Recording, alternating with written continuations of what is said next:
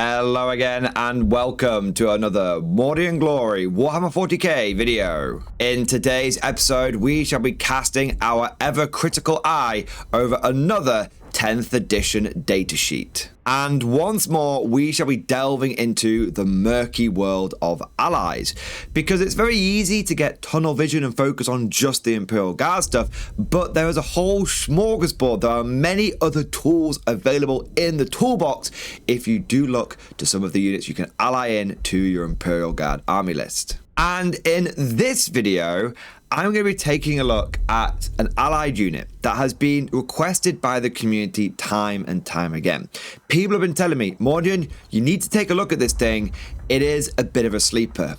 And so without further ado, let's not mess around. Let's do a deep dive on Canis Rex. Attention, Guardsmen. The Commissariat has detected you have not yet liked this video. Do so immediately, or else you will face the Emperor's wrath. And anyone who has not yet subscribed to the channel will be transferred to the penal battalions. That is all. Move out! As is tradition, let's begin with a brief overview of what the hell this unit actually is. Canis Rex is essentially a named character Imperial Knight. He is an epic hero, so you can only take one of him in your army, whether you're going pure knights or whether you're allying him into your guard or other Imperial faction. Now, Imperial Knights come in three different flavors. You have the baby knights, such as your Armiger Helens. You have your medium knights, such as the Errant and the Crusader. And then you have the big knights, like the Castellan. Now, Canis Rex is in a medium-sized knight, which puts him on a similar level in terms of durability and size to an Imperial Guard Baneblade. And you can see this similarity in Canis Rex's stat line. He has a movement of 10 inches, a toughness of 12, a 3-up save, 22 wounds, leadership 5+, and a very impressive objective control of 10. In addition to this, Canis Rex does have a 5+ invulnerable save, but this can only be taken against ranged attacks, so no invulnerable save if you are hit in close combat. Overall, looking at this through the lens of an Imperial Guard player, movement of 10 is great because it allows him to keep up with the rest of your armor. Most Imperial Guard vehicles do move about 10 inches. Toughness of 12 puts him on the same durability as a Rogel Dawn, but not quite as tough as a Baneblade, so you will have to be aware that if those las cannons do start coming at you, they're going to be winning you on 4s rather than 5s. A 3-up save might seem kind of weak, especially when you've got Imperial Guard Hellhounds and Armored Sentinels to get a 2-up save, but you have to remember that he does have that 5+ invulnerable, which is going to add that extra layer of durability, and in many ways a 3-up, 5-up is the equivalent of a 2-up. You get 22 wounds, which is slightly less than a Baneblade, but significantly more than a Rogel Dawn. And the leadership 5+ is really nice because it means that he's unlikely to fail Battle Shock, very unlikely to fail Battle Shock. And that means you can really leverage that objective control of 10, which will certainly allow you to flip objectives. There's a lot of elite armies out there at the moment, a lot of units that have only got about 4 or 5 or 6 OC. Having a big knight with 10 OC means that not only can he move on to objective, he'll probably take that objective and he'll probably hold that objective. Now that covers the stat line. Let's move on to the equipment. Canis Rex comes with a Chainbreaker Las Impulsor, which I believe is unique to his model, and he also gets the Chainbreaker Multi-Laser, and he gets the Freedom's Hand, which is the melee weapon of the knight. The Chainbreaker Las Impulsor comes in 2 different firing modes. You can shoot at high intensity, which is blast, sustained hits 1. It's only a 24-inch range with D6 attacks, which does make it pretty swingy. Even with blast and even with sustained hits 1, that is pretty swingy, but he does hit on a 2+, strength 14, AP -3, and a flat 4 damage. Or you can go for the low intensity version, which also has blast, also has sustained hits 1, has a 36-inch range, and 2d6 shots, a ballistic skill 2+, strength 7, AP -1, 2 damage. Now, I really want to like this gun. I do, and I've had a lot of people tell me great things about it. But just looking at it from a paper perspective, from a theorycraft perspective, I have to say I do have some concerns. Look, that high intensity version, that strength 14, the AP -3, that flat 4 damage, that is sweet. And hitting on a 2+ is really, really good. But the D6 shots really puts me off. You guys know that I have a bit of a hard-on for reliability, for just being for consistency, for just knowing what my unit's going to do each turn. And the fact that this isn't like D6, even as +1 or D6 +2, it vexes me. I'm terribly vexed. Because on average, you're going to roll 3 to 4 shots every single time. And on average, on a 2+, you should hit with every single one of those. Of course, of course. But if you roll a 1, on the number of shots, this is 20% of the unit's potential anti-tank, kind of, well, ranged anti-tank, I should say, kind of wasted. The blast doesn't really help it against its intended target as well, because you're not going to get blast against vehicles. It's good for maybe dealing with some elite infantry. If someone plops down some Terminators, it starts becoming like, or Blade Guards, and it starts becoming like D6 +1, maybe even D6 +2 against some pretty chunky squads, which helps. But I just don't like the big swingy of the D6. Overall, I think it's a good weapon. I think that even if you roll low, you should still get the hits with the ballistic skill of 2+.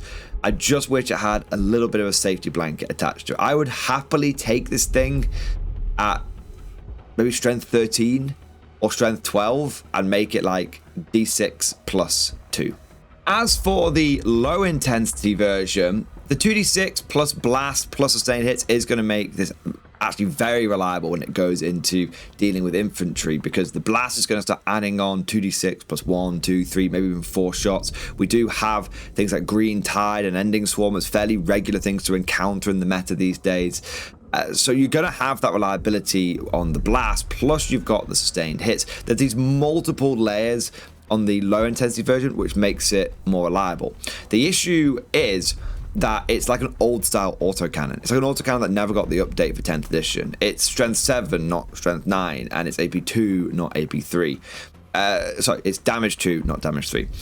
The AP 1 also annoys me slightly, because it means that the moment that the enemy is in cover, you're basically not going to have an AP value. They're going to have +1, you're going to have -1. And suddenly that enemy unit with a 4+ armor save is not taking anywhere near the amount of damage that you want. So overall, I think that the Chainbreaker Las Impulsor, it's not bad. It's not a bad weapon, but it's definitely not making me sit up and go, I need this guy in my army. It seems decent at best. We then have the Chainbreaker Multi-Laser. This is essentially the little nipple gun that he has. Now, normally knights can take this as a melter gun or a stubber, but this guy gets a multi-laser, and it has sustained hits 1, 36 of range, 4 shots, ballistic skill 2+, strength 6, AP 0, damage 1. Look, it's a multi-laser with sustained hits 1. In the Guard, we are eminently familiar with multi-lasers, and we're eminently familiar with leaving multi-lasers on the shelf. So not really much to say about this weapon. It's a bit rubbish, but it's only a little extra one. Now, at this point, some of you might be thinking that this Canis Rex guy isn't living up to the hype, or maybe you're shaking your head and vehemently disagreeing with my assessment of that big Las Impulsor, and that's fair enough. But before you get all despondent, let me tell you that whilst I may not be feeling it on the range weapons, oh boy, am I getting it when it comes to the melee weapons. Because the Freedom's Hand, frankly, it should be renamed to Rex's Pimp Glove. This also has 2 different ways that you can fight with it. You can go Pimp Hand Strike, or you can go Pimp Hand Sweep. If you go for the strike, you get 5 attacks with sustained hits 1 at a weapon skill of 2+. So statistically, you should hit with all of these. You might drop 1, but then also you should probably get like a sustained hit. So you should be getting like 5 hits with this thing pretty much every time. At strength 20, AP -3, flat 9 damage. Oh my god. That is like, it's almost like a Shadow Sword Volcano Cannon in combat. I love it. It's slightly not as strong, it's slightly not as much AP, it's slightly not as much damage, but the Shadow Sword also has quite a lot less shots in this thing. So on average, napkin math hammer off the top of my head, that strike is going to go in and just punch the crap out of stuff. I really, really like it. You might say AP-3 feels a bit low for a strength 20 damage down weapon. Honestly, you're probably not going to notice it all that much. AP-3 is typically enough to punch most units down to either like a 6-up save or an invulnerable save.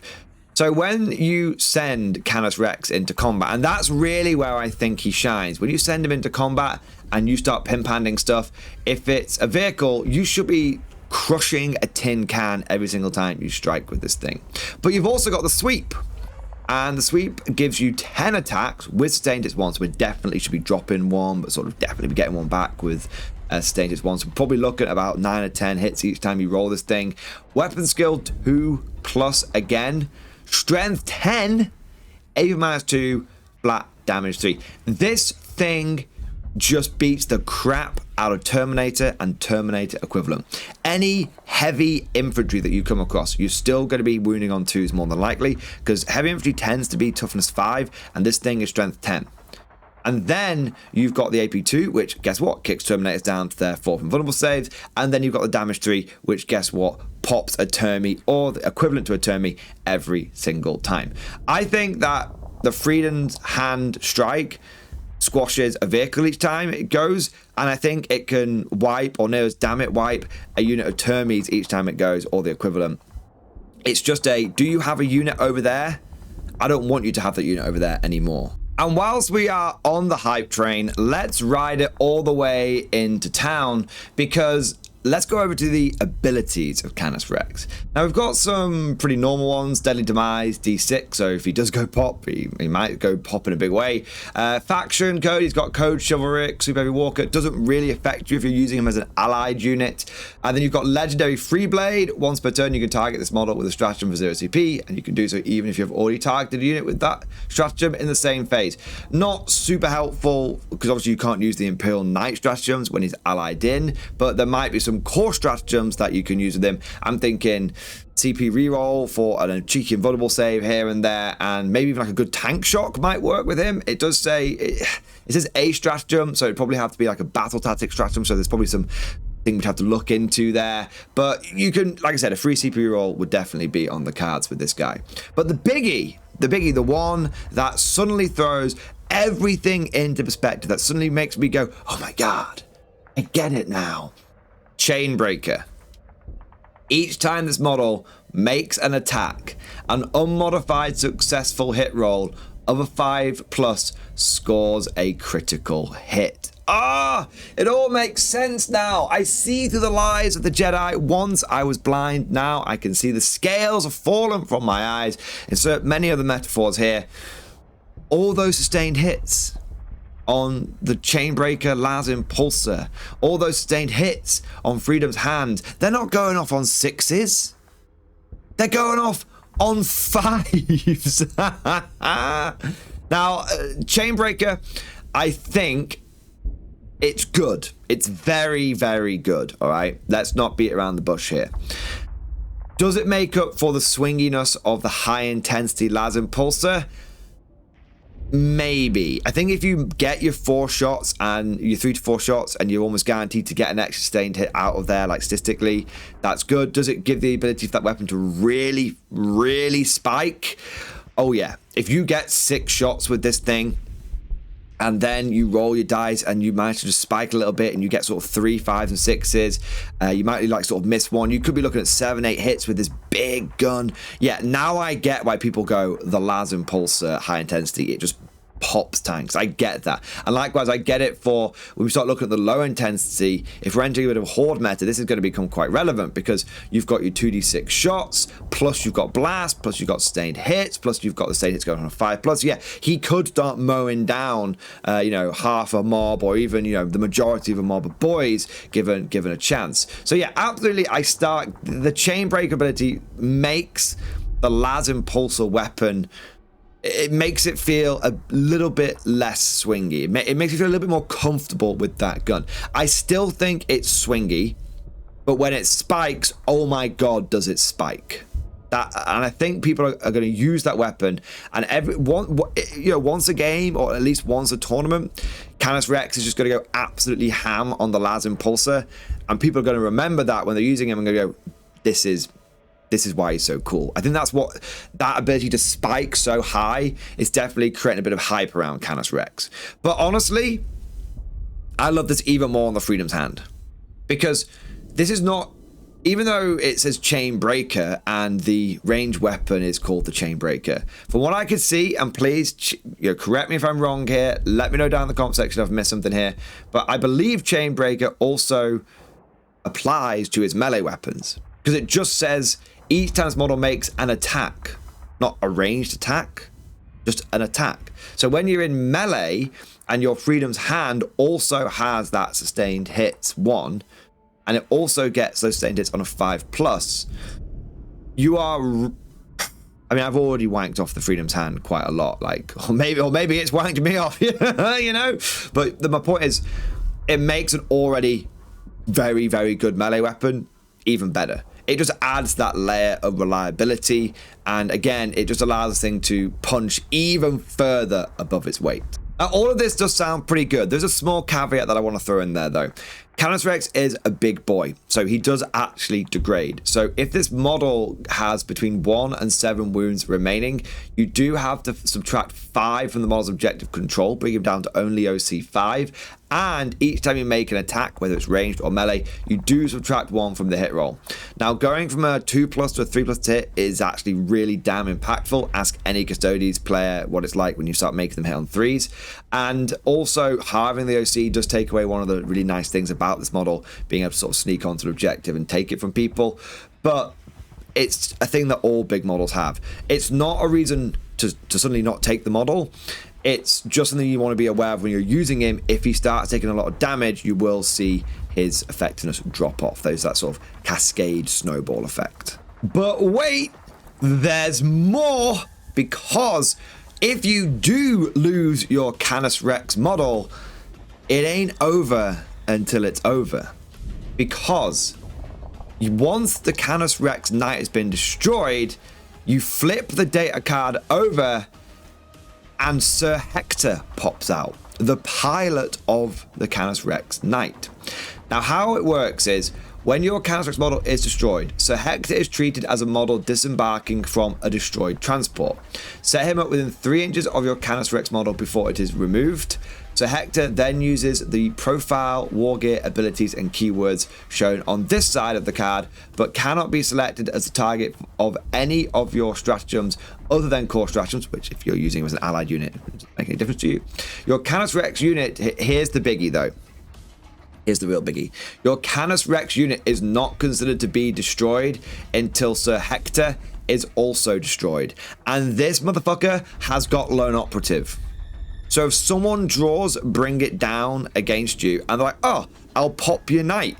I can kill that knight. It's big. I can throw in a fire panther into it. I want to destroy it anyway because it's been slapping me around with its pimp hand. They destroy the knight. So Hector pops out, and you go, no, bring it down for you, bitch. Oh man, that last line, your Canis Rex is not considered to be destroyed until Sir Hector is also destroyed. Mwah, chef's kiss. Because it not only means that your model is good at doing prime objectives, it means that not only is this model good at doing damage to your opponent, but also means that you have a way of screwing over your opponent, or I should say in a slightly nicer way, you've got a way of countering your opponent's own objectives. It might not come up very often, but when it does come up, you're going to have a big shit-eating grin on your face, and you're going to be feeling very pleased with yourself. Now, of course, when Sir Hector pops out of the transport, you do still have to roll a dice for him, because when you come out of a transport, there's a chance that you'll take some damage, but he has got 3 wounds. Now, a big difference between 9th and 10th edition is in 9th edition, when you got out of a transport, and if you rolled a 1, or the like sort of emergency disembark, as it were, the model just died. In 10th edition, you roll the dice, and if you roll a 1, you just take a mortal wound. So Sir Hector can't pop out of Canis Rex and then just die if you roll a 1. He'll at worst go down to 2 wounds rather than 3. As for the rest of his stat line, he is basically a guardsman. Movement of 6, toughness of 3, 4+ save, 3 wounds, 5+ leadership, and OC of 1. Leadership 5+ is kind of nice. It's good to know that he doesn't get any less brave when he pops out of his vehicle. But T3 with the 4+ save, if the enemy can get to him, they're going to do a lot of damage to him. They're going to kill him.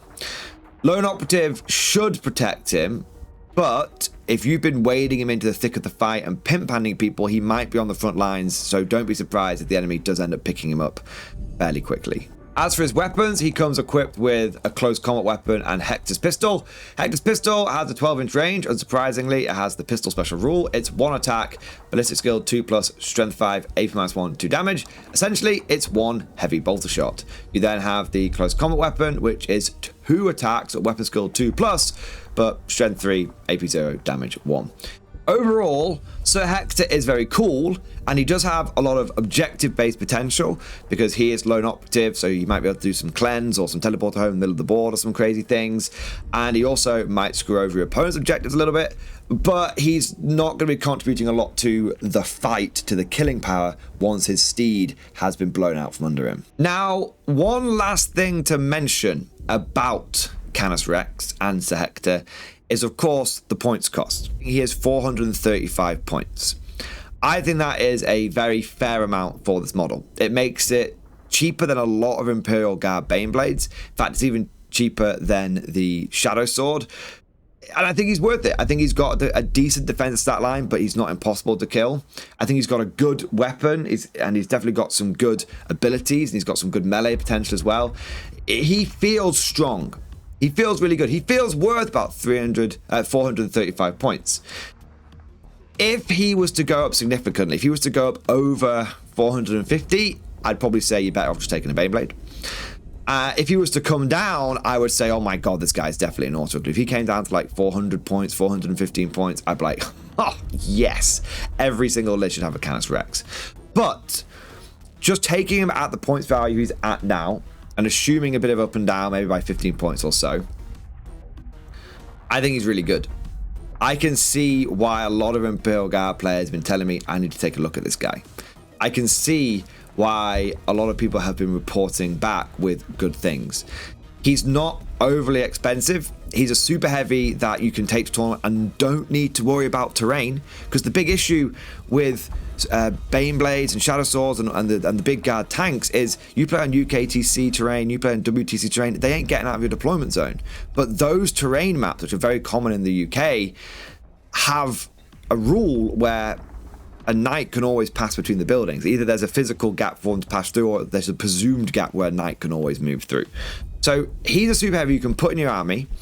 He contributes to the guard shooting pretty well, and he gives you some much needed close combat smashy, which is something guard can sometimes struggle with, and he does it for a reasonable price point. Overall, I think Canis Rex is a good unit, and definitely one that is worthy of putting in your list. And I'm even going to go a step further. In the case of a lot of allies, I say, oh, they're pretty good. You can put them in your list and you're not handicapping yourself, but they're not like overly meta. They're not going to suddenly improve your list or supercharge it. It's just something you can include that's fun and actually usable. With Canis Rex, I'm going to say no. I think he is fun. I think he is usable, but I think he is downright good. If someone sent me a list with Canis Rex in it, now that I've given it a proper deep dive and I've got a bit of more of an appreciation for it, I wouldn't be like, nah, take the output of Beyblade instead. I'd be like, nah, that's a good choice. That's a good choice. So if you're someone who likes Imperial Knights, but you don't necessarily want a full army, or if you're an Imperial Knight player that wants to dip your toe into some guard and maybe some of your old knights, Canis Rex is definitely something that you can use.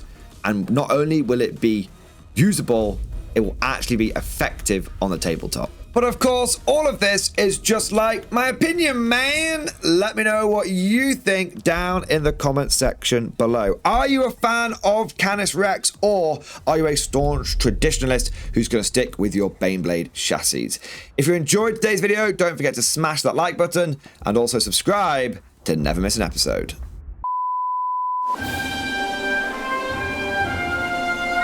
Would you like to know more?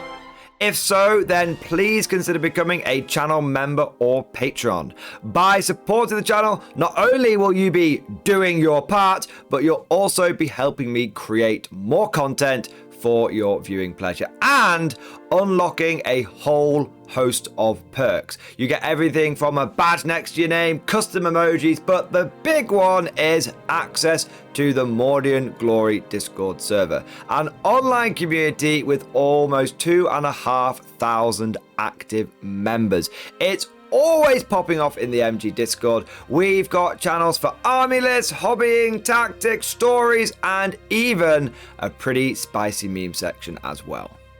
For all you greenhorns that wanted to see the Mordian Glory Hole, today is your lucky day.